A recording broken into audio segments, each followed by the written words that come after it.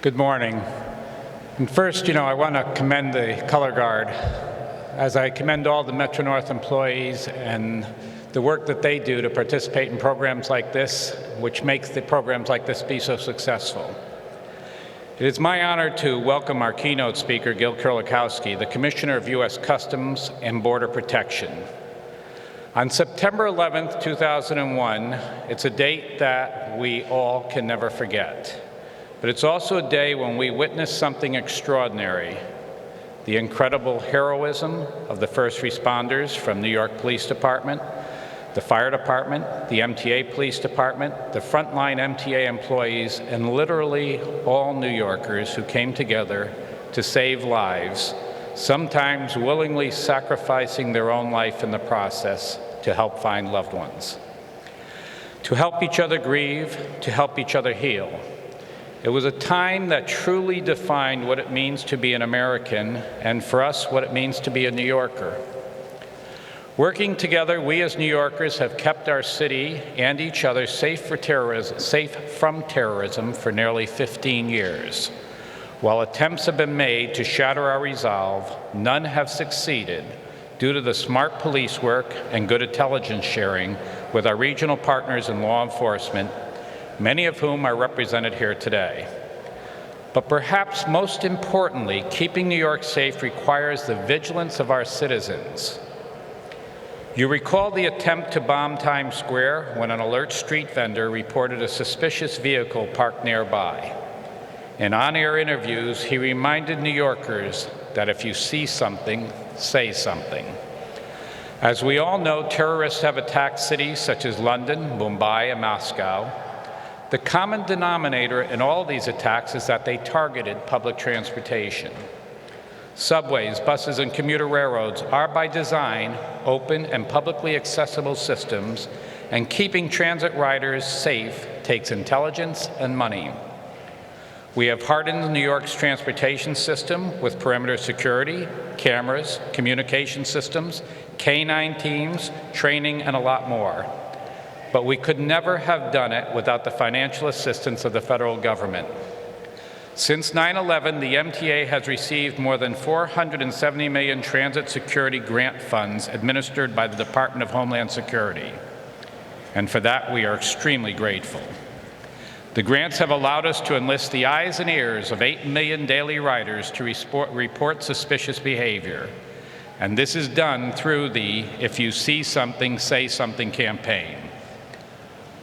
Law enforcement can't be everywhere at all times, but our riders are. They represent an effective and vigilant force in their own right, and we're here today to thank all New Yorkers who have taken the time to report anything out of the ordinary. But you'll hear more on that later. First, let me talk a little bit about Commissioner Gil Kurlikowski. He was nominated by President Obama and sworn in on March 7th of 2014 as Commissioner of U.S. Customs and Border Protection, taking the helm of a 60,000 employee agency with a budget of $12.4 billion.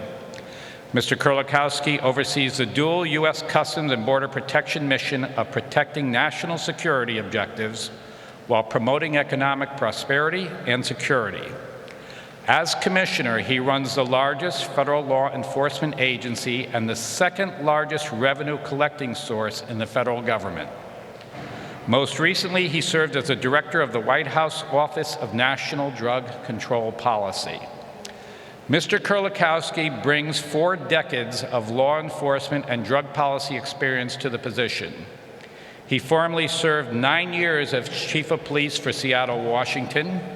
Previously, he was Deputy Director for the U.S. Department of Justice, Office of Community-Oriented Policing Services. Mr. Kurlikowski was also Police Commissioner of Buffalo, New York, and the majority of his law enforcement career was in Florida, where he served in the St. Petersburg Police Department. Would you please join me in welcoming a tremendous guest and a tremendous supporter of our system, Mr. Kurlikowski.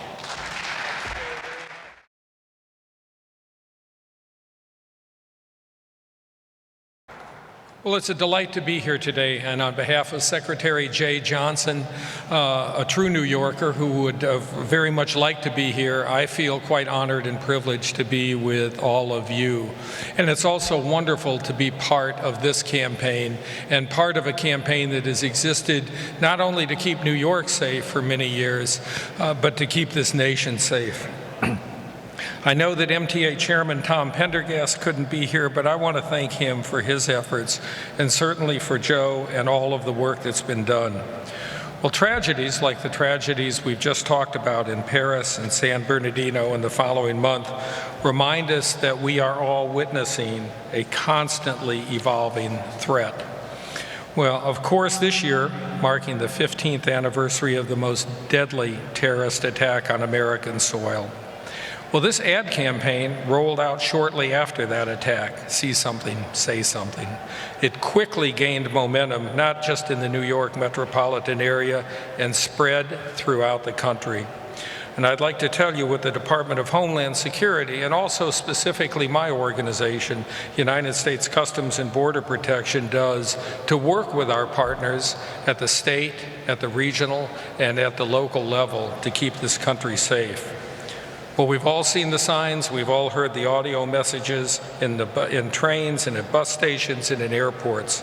If you see something, say something. And I want to specifically thank MTA for licensing this slogan to the department and allowing us to use it. Since we launched the campaign in July 2010, we have been able to bring that important message nationwide. And we've used it in messaging around the world and across the country, the Super Bowl and NASCAR and airports and mass transit. 2 weeks ago, the Department of Homeland Security and the NCAA jointly released a new PSA. We couldn't have this kind of success without the support and without the partnership of MTA. Every day we receive inquiries from people wanting to partner with that campaign, and we saw a dramatic spike in those requests after the Paris attacks, and particularly after San Bernardino, California attacks. The important messages made its way to the President of the United States, who mentioned it in his remarks in November after the Paris attacks. So this long, strong partnership with MTA is important to all of us. In 2011, the Department of Homeland Security made some changes. We replaced the color-coded alerts of the Homeland Security Advisory System and went to the National Terrorism Advisory System. And that color coding was phased out in 2011 and replaced by just 2 levels of alert, elevated and imminent. And for alerts, if there is enough information regarding a credible, specific terrorist threat, we will share that NTAS alert, either elevated or imminent. Elevated alerts can include specific information about the nature of the threat, including the geographic region, the transportation mode, or the intended target. And an imminent threat warns people about a credible, specific, and impending terrorist attack. Both kinds of alerts include instructions about the steps that people should take.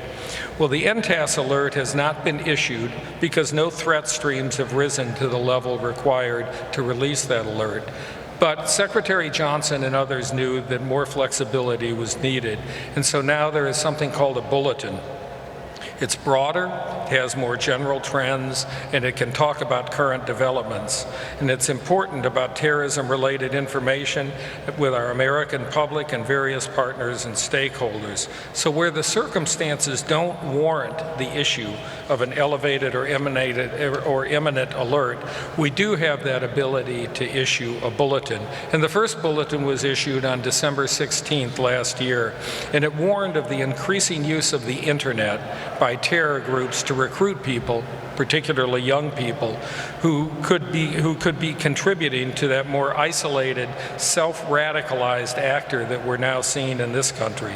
And the update to the NTAS system that the department announced in December helps ensure Americans across the country have the information they need. And turning to how the Department of Homeland Security works with the MTA and others is also important. But worldwide, we have 80 bilateral arrangements with 45 different partners because we think it's also important to push our borders out. At Customs and Border Protection, we focus our resources on the risk-based or the greatest risk, extending the security measures outward, because we also have a responsibility, as was mentioned, to facilitate lawful travel and lawful trade. And that transportation infrastructure, including the airport hubs and train stations, airliners, trains, and buses, have all proven to be, unfortunately, appealing targets. Well, looking at the air environment, last year Customs and Border Protection welcomed to the United States 112 million travelers. We've developed and strategically deployed our resources to mitigate the risk posed by travelers at every stage, whether it's when an individual applies for travel documents, whether they make a reservation or purchase an airline ticket, at check-in, while en route, or upon arrival. These visa safeguards, pre-departure targeting, review of airline data passengers is all important. We also have something called pre-clearance, and some of you are familiar with pre-clearance because of the fact that we've had that in Canada for well over 3 decades.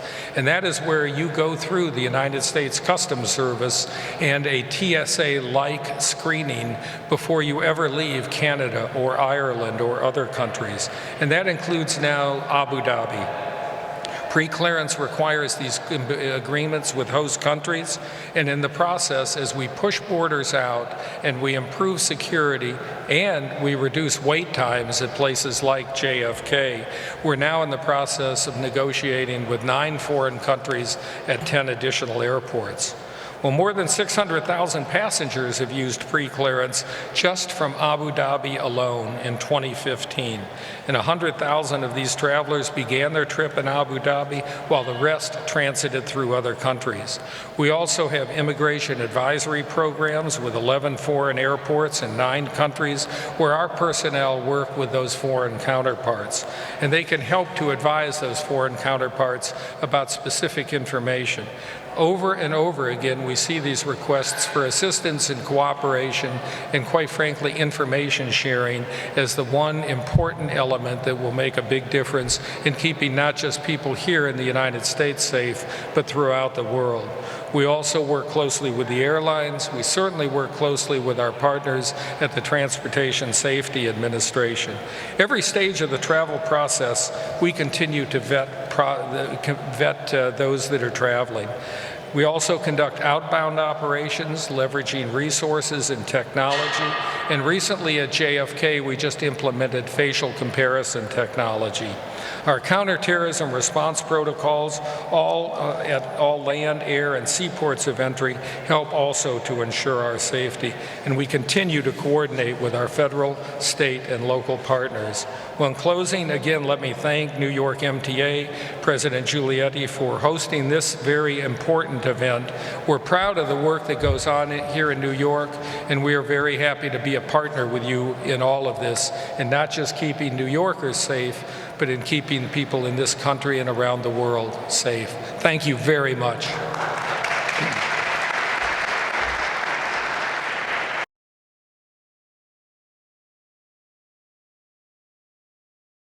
Good morning, everybody. Mark, thank you very much for that introduction. I think that introduction may be longer than my actual remarks. The good news is that some of it is true. I really want to thank you for what it is that you do. I appreciate the opportunity to be with you. What we do, as you know, is in support of your efforts every day to make this region safer.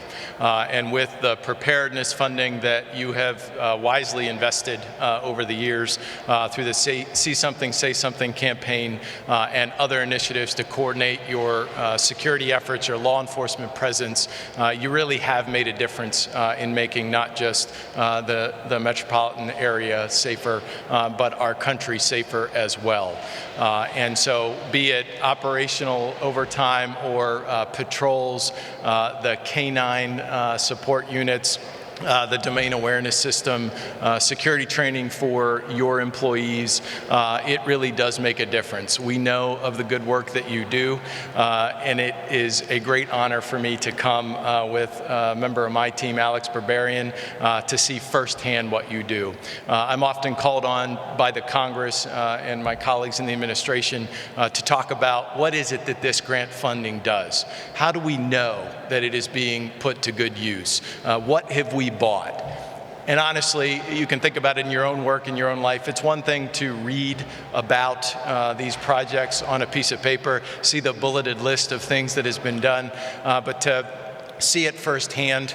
I was telling the MTA chairman this morning, I rode the number 2 train from Penn Station this morning, and I may be the only person who smiled when the "if you see something, say something" message came across the PA system. You can always keep people guessing while you're smiling. So it was good to hear it. It's good to talk to people, and good to be here and see your good work. So I'm going to close there. I do appreciate the opportunity to be with you. We do what we do to support you, so thank you for what you do. Thank you.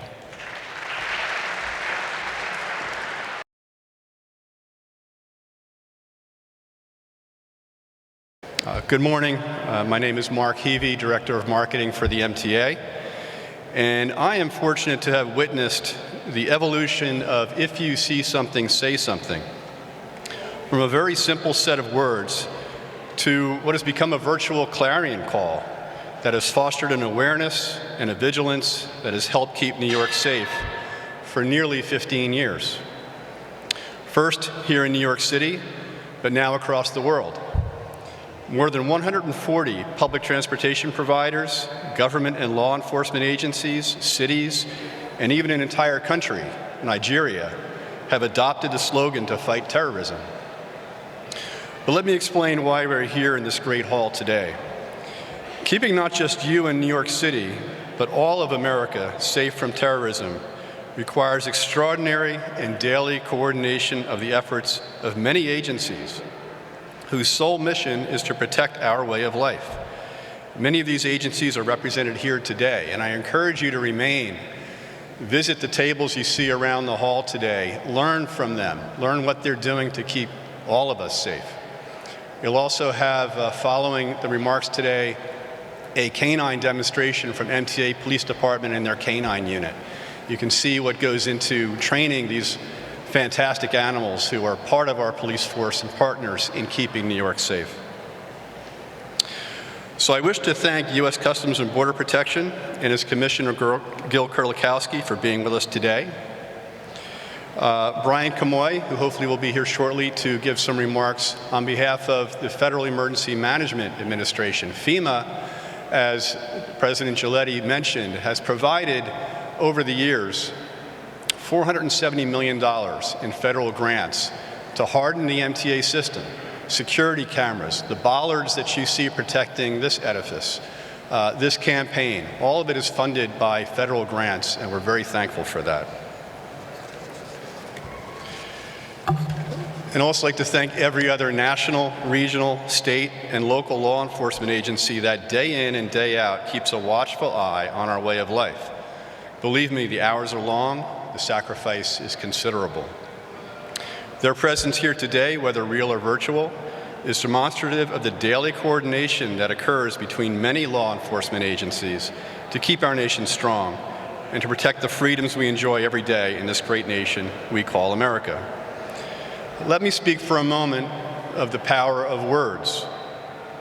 On September 11th, 2001, our world changed. Our sense of security was forever altered. But one man, one advertising man, began thinking, how can I make a difference? So on September 12th, 2001, he began pondering a slogan that could universally unite America, and on small index cards, he began to write words. Most of the cards he tossed on the floor, but one simply felt right. 6 simple words. If you see something, say something. That man was Alan Kay, and although he could not be here today, I would like to extend an enthusiastic round of applause for his efforts.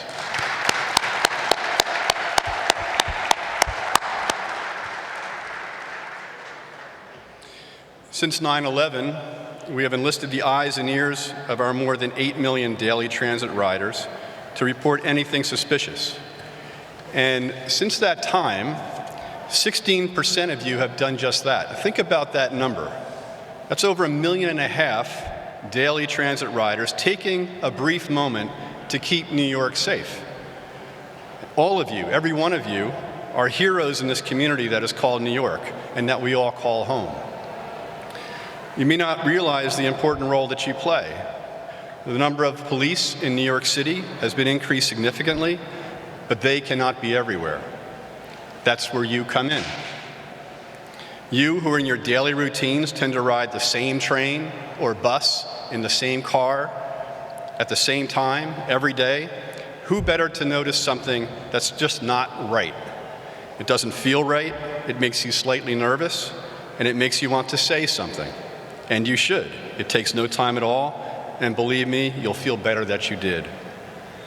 And that's exactly what we witnessed with the MTA riders that volunteered their time to be part of this new campaign that you see behind me. These are faces of everyday riders, and they come from all walks of life, and in that regard, they truly represent the diverse community that is New York. More importantly, they represent the can-do spirit of all New Yorkers that is truly heroic. Let's meet just a few of our heroes with a very brief 3-minute video to introduce you to this campaign.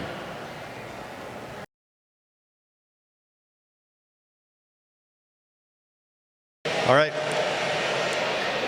Despite the noise, we'll try to run that video once more, and hopefully it'll go off without a glitch this time. Enjoy it. What I love about New York is that the world is just basically in New York. Being a New Yorker is using the mass transit system to commute every single day. On a train ride, you just see all the different cultures and colors and people. You see different people every day, even though you may be taking the same train to work. Being a New Yorker is knowing how to get where you're going. It's easy to get around. New York wouldn't be the city it is without the transit system it has. I love the fact that everything's convenient. I can be out at 3 o'clock in the morning and I'm getting somewhere.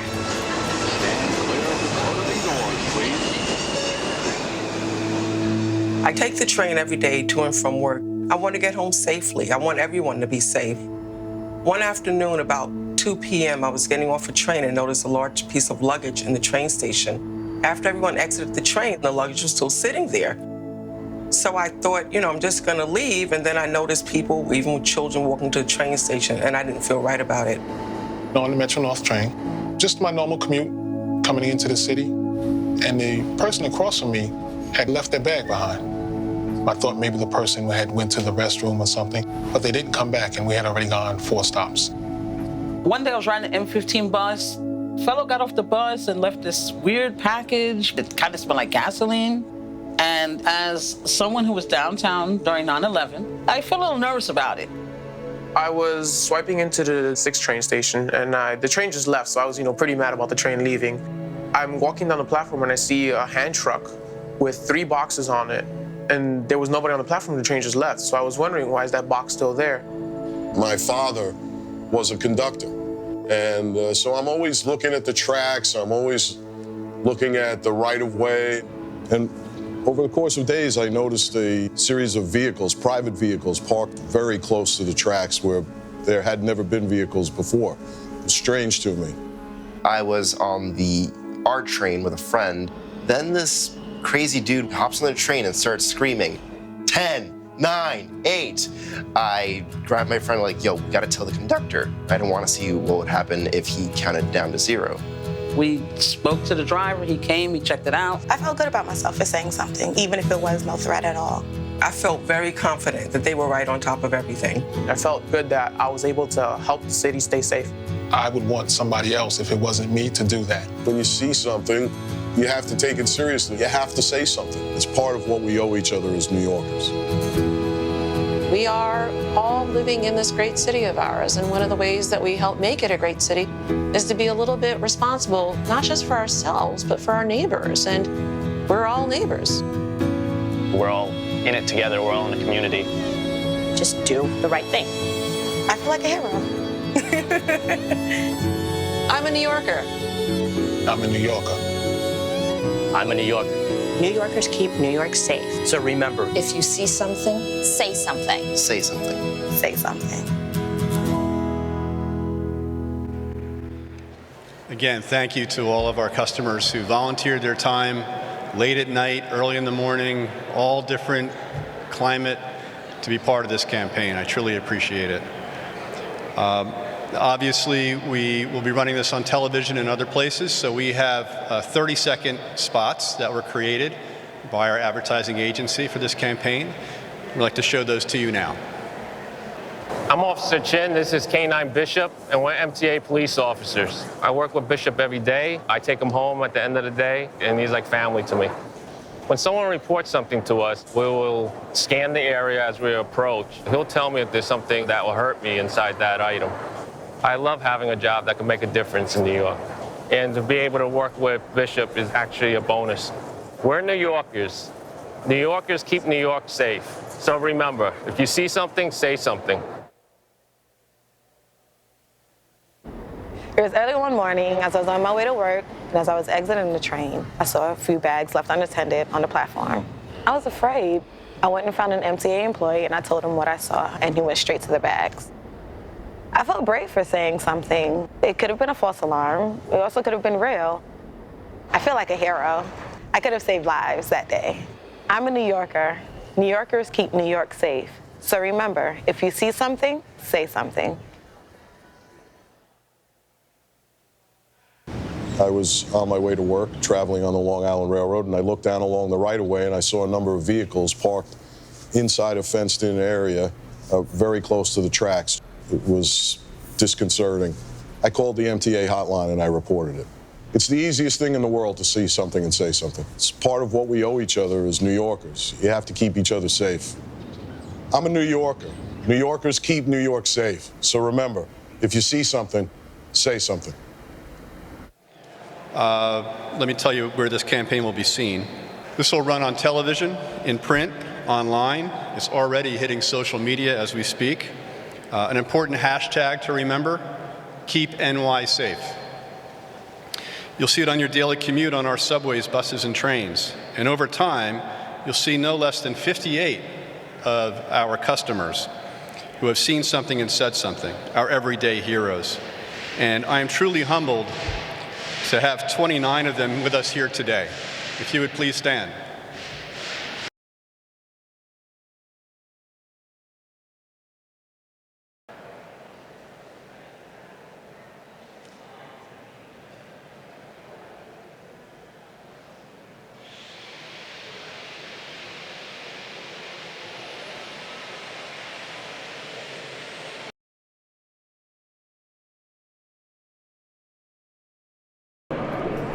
Thank you for coming to the If You See Something, Say Something campaign. I'm Officer Alan Kirsch, and this is my partner, K9 Sentry. He's a 3-year-old German Shepherd, Belgian Malinois mix. And as you heard Sergeant Shade say, that our job here is explosive detection primarily. In order for us to do that, we need to train our dogs in basic obedience. So we're going to put on a little basic obedience program for you. All of our dogs are trained with the reward of a toy. Now, a lot of other agencies use food reward. We prefer a toy, and I think that most of our dogs do also. And I'm going to show you the toy right now. He's going to see it. He's going to want to get it. You're going to see him look. Yeah, see? This is what all our dogs will do. Anything we ask them to do for this toy, whether it's explosive detection, whether it's tracking someone, whether it's finding evidence, everything they do is based around that toy. My training partner, Officer Nelson Hernandez, is going to call out some basic obedience commands for us, and Sentry and I are going to try to keep up as best we can. Heel, Sentry. Good morning, everyone. You guys hear me? My name is Officer Hernandez, and I'm one of the trainers for the MTA Police. I'm going to call out a couple of commands for Officer Kirsch. Like he mentioned, obedience for us is very important. Disciplined dog must have it, regardless what he's doing. So I'm going to call out a couple commands and I'm going to demonstrate a little bit of the obedience. We're limited here because of the venue, but we do our best to show you everything that we can. Right. Dog forward, right? Now Officer Kirsch is doing everything on leash first, and then we'll show you the dog is more than capable of doing it without the leash. Right turn, right? Up turn, right? Hold your dog, right? If you guys were watching, the dog was actually heeling and paying attention to Officer Kirsch the entire time. He wasn't dragging Kirsch around. Now, you know, when we're out on the field, we have a split second to make decisions. So we need our eyes for everything that we're doing. We can't be distracted by canine partners. They're our best friends, but they are also an important tool. We're now going to do a little bit off leash. The dog is capable of doing any of the obedience that we do, either by hand signal, on leash, or verbal. Dog forward, right? Heel. Left turn, right? As you can see, the dog is still giving the same type of behavior without the leash there. Officer Kirsch now has the opportunity to keep his eyes and everything around him. Hold your dog, right? Dog forward, right? Left turn, right? Hold your dog, right? Up front. Stay. By voice. Down your dog. Down, good boy, smart. That's it. Down. Stool. Hand signals. Stand. Good boy. Finish him. Heel. As you can see, Officer Kirsch can actually manipulate the dog just by hand signals. The other discipline we wanted to show you, which is probably the most important for us, when you see something, you say something, well, you're usually called. And now we have to deploy our best friend and, in my opinion, the best tool. We're going to be placing a couple bags up front here.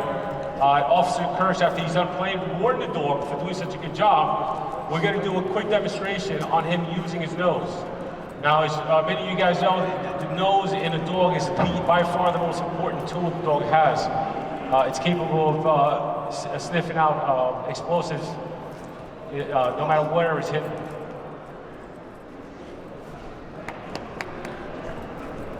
It's important for us to always allow the dog to win when we're playing with the dog. It builds up their confidence in what they do. They don't want to believe that they can fail at anything. We want to build them up to believe that they can do anything we ask them to do. So anytime we're playing with them, they always get to win. His dog, and I'm pretty sure I'm going to get that question later, so I'm going to answer it now. I know we're all used to the German Shepherd breed. That's probably the classic police dog, one that I've handled two with. This is actually a Belgian Malinois, which is it's a cousin of a German Shepherd. And they're usually slightly thinner, even though he's a big boy. And then the fawn and black color, as you can see here. You got somebody working on the bags? Give me 1 second. If you, we're all familiar with the If You See Something, Say Something campaign. But when you guys do see something and you do say something, well, we do something about it. So what you're going to see is some unattended packages around here. And we, like we mentioned earlier, we search hundreds of these every year with our dogs. So what you're going to see is the dog indicate on explosive odor.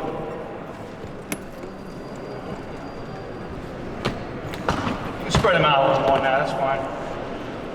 Now we've hidden a training aid in one of these bags, but we're going to let the dog show us where it's at. Obviously, they're detecting explosives, so the alert's going to be a passive. We don't want them biting or scratching the bags, right, for obvious reasons. Okay. Now I'm going to ask Sentry to go to work, and our command for that is seek. That triggers him that he's looking for explosives other than doing anything else, like searching for a person or searching for evidence. So the seek command for us is what alerts him to finding explosives. And we're going to seek it up. Everybody, seek it up. Seek it up. That's my work. Seek it up. Good boy. Now, you can see he's very highly motivated to actually get his toy. That's his objective at the end.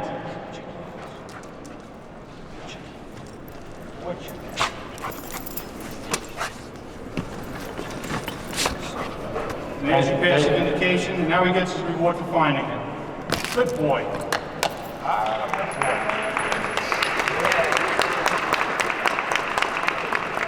That's pretty much all we got. No. So we're going to bring you out our second dog, Canine Mikey.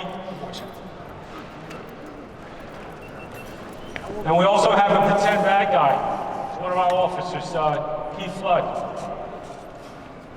And we'll show you a little bit of the criminal apprehension discipline. And in that discipline, the dog's trained to protect us. He uses his second most important tool, which is teeth. This is Officer Morton and Canine Mikey. These are German Shepherds, right? It's what we're traditionally used to seeing. You want to sit back there? Good. We're gonna also bring out Officer Keith Flood. He's gonna be our pretend bad guy today. And we're gonna show you the actual dog doing a little protection work. Whenever you guys are ready.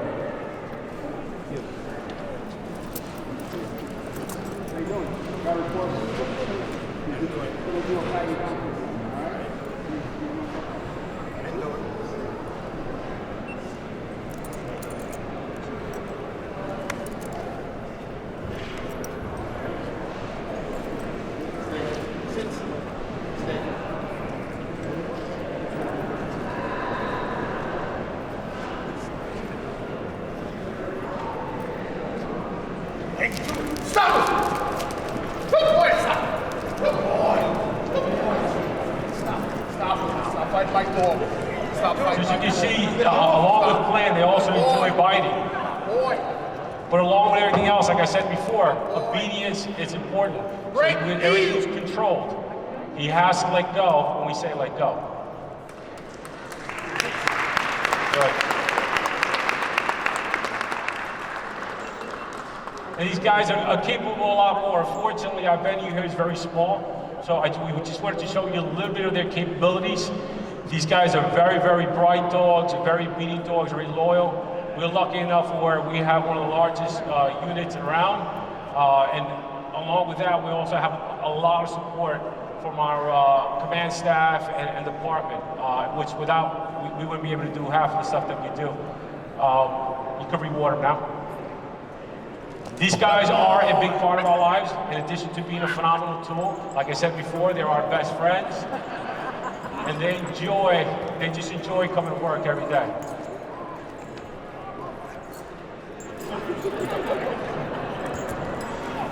We have a little booth on the side there on the right. You guys are more than welcome to meet some of the canines that we have around. You can pet them, ask questions, and thank you.